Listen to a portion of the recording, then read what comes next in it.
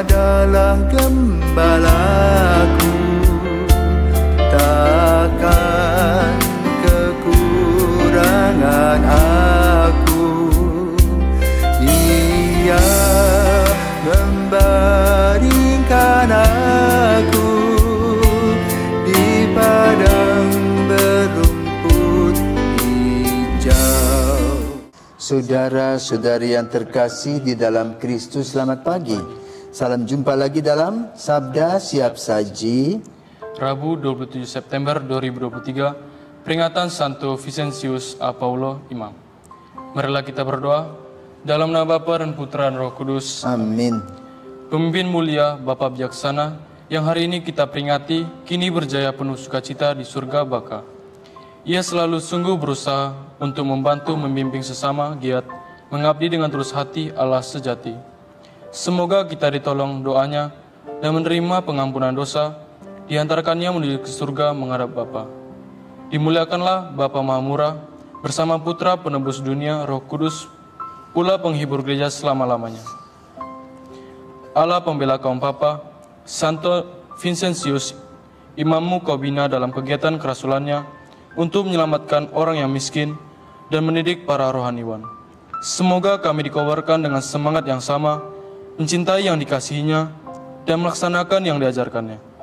Demi Yesus Kristus, Putramu dan pengantara kami, yang hidup dan berkuasa bersama Bapa dalam persekutuan Roh Kudus sepanjang segala masa. Amin. Tuhan bersamamu dan bersama rohmu. Inilah Injil Yesus Kristus menurut Lukas. Dimuliakanlah Tuhan. Lukas bab 9 ayat 1 sampai 6. Sekali peristiwa, Yesus memanggil ke-12 muridnya, lalu memberikan tenaga dan kuasa kepada mereka untuk menguasai setan-setan dan untuk menyembuhkan penyakit-penyakit. Ia mengutus mereka untuk mewartakan kerajaan Allah dan menyembuhkan orang-orang. Yesus berkata kepada mereka, jangan membawa apa-apa dalam perjalanan. Jangan membawa tongkat atau bekal roti atau uang atau 2 helai baju. Apabila kalian diterima di suatu rumah, tinggallah di situ sampai kalian berangkat dari situ. Dan kalau ada orang yang tidak mau menerima kalian, keluarlah dari kota mereka dan kebaskanlah debunya dari kakimu sebagai peringatan terhadap mereka. Lalu pergilah mereka dan menjelajah segala desa sambil memberitakan Injil serta menyembuhkan orang sakit di segala tempat. Demikianlah sabda Tuhan. Terpujilah Kristus. Romo, hari ini saya ingin bertanya. Mungkin pertanyaan saya ini sedikit konyol, Romo. Jadi pertanyaan itu, Romo, jika Tuhan itu Maha Penguasa, Maha Pengasih dan Penyayang, mengapa masih ada di dunia itu orang-orang yang hidupnya susah, intinya itu kesusahan dalam uang, dan banyak yang merasakan itu bencana-bencana itu, Romo. Itu seperti kayak mengganggu imannya setiap orang. Kenapa Tuhan tidak langsung aja gitu, Romo? Kenapa harus butuh usaha dulu? Saat pagi, para pisawan dan juga seorang seminaris yang meragukan tentang kasih Tuhan, ya. Maunya Tuhan itu memberi semua orang yang enak-enak. Ya. Tidak ada keperkelahian, tidak ada perjuangan. Yang penting Tuhan itu menaruh makanan di langit, tinggal ambil makan. Begitu maksudnya.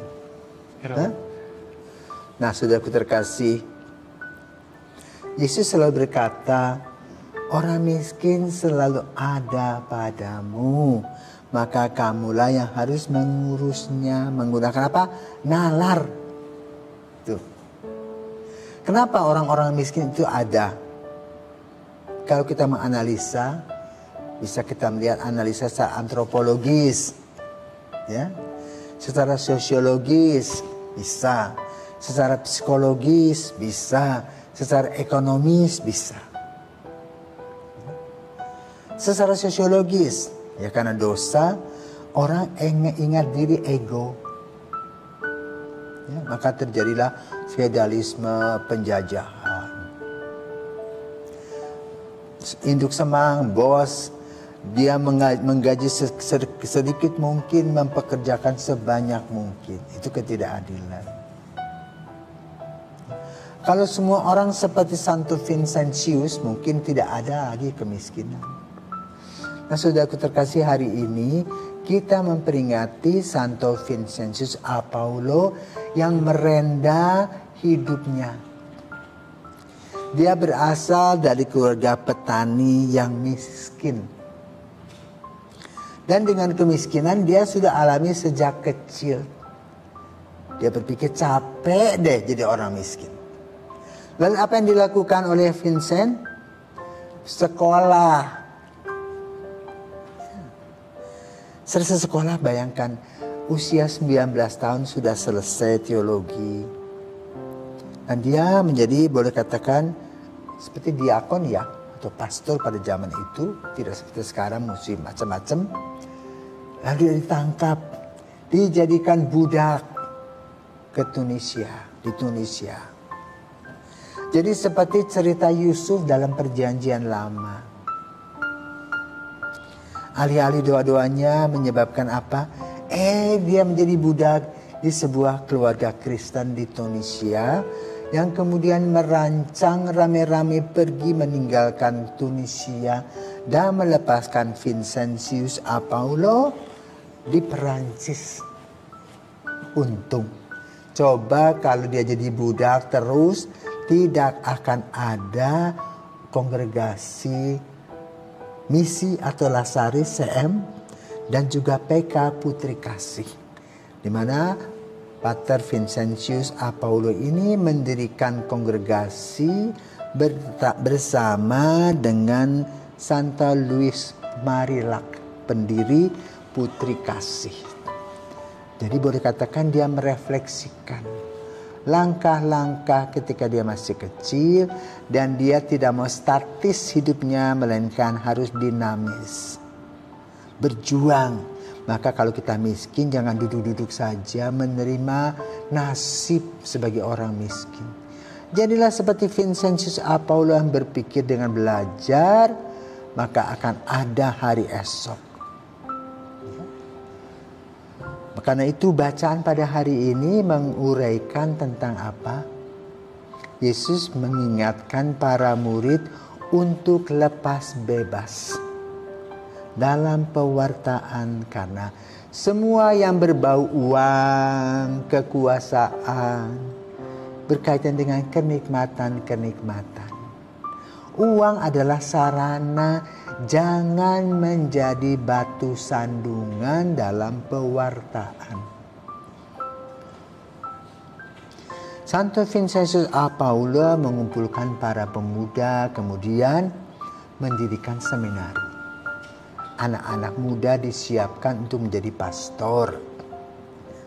Pusat dari kongregasi CM itu ada di jalan Rue du Bac di Paris, berseberangan dengan pusat PK Susu Putri Kasih juga di daerah sana, yang bertangga dengan Generalat MEP.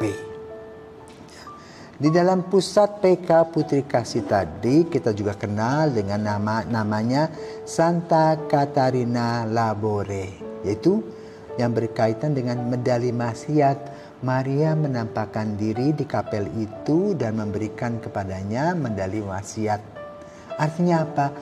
Dipakai untuk mengingat karya kasih Tuhan yang bisa mengubah hidup kita yang luar biasa ini. Kita diberikan oleh Tuhan kesempatan demi kesempatan. Santo Vincentius A. Paulo telah berjuang, telah merefleksikan langkah-langkahnya secara antropologis, secara sosiologis, secara ekonomis, dan juga menjadi orang yang penuh dengan pendidikan edukatif. Membangkitkan orang-orang untuk tidak hanya tidur, terima nasi, tetapi bergerak, berubah, berjalan, mengubah diri. Di dalam kasih Tuhan, sebagaimana para murid pun diajak oleh Yesus untuk berkeliling melihat segala macam situasi, dan kemudian mereka harus berpikir dengan kreativitas dan dedikasi untuk pelayanan. Maka kalau kita mau rajin, mau bekerja, disiplin, maka kemiskinan itu akan berubah menjadi sebuah kekayaan. Juga kemalasan bisa membuat kita menjadi miskin. Karena apa? Kita tidak mengolah. Contoh saja ya. Kalau kita pergi ke Israel, itu padang gurun. Tapi kemudian mereka bisa menemukan teknologi namanya deep water. Untuk semua tanaman. Maka kalau kamu nanti suatu hari pergi ke sana, kau bisa melihat kebun pisang yang luas, kebun jeruk yang luas, semuanya dengan deep water. Ya, bahkan di Afrika, teknologi Israel di daerah yang tandus dan kering bisa menangkap embun, membuat bendungan. Ya, nah itu menggunakan akal budi. Tuhan memberikan begitu banyak potensi kepada kita. Mari kita olah potensi dasar, baik alamiah, alam sesat alamiah, maupun juga secara kimia. Dan kita sendiri harus berpikir, dan terutama hati kita senantiasa bersyukur kepada Tuhan dan berterima kasih. Bila kita mempunyai hati yang bersyukur dan berterima kasih kepada Tuhan, maka yang ada di pikiran kita itu hal-hal positif. Ingin melayani, ingin membantu, tidak hanya ingat dirinya sendiri, selalu berbagi. Nah, itulah yang diundang Yesus. Dan salah satu orang yang berhasil dalam pelayanan Yesus namanya Santo Vincentius A. Paulo. Semoga semangatnya tetap hidup di dalam gereja, sehingga gereja tidak mati tetapi dinamis. Santo Vincentius A. Paulo, doakanlah kami. Amin.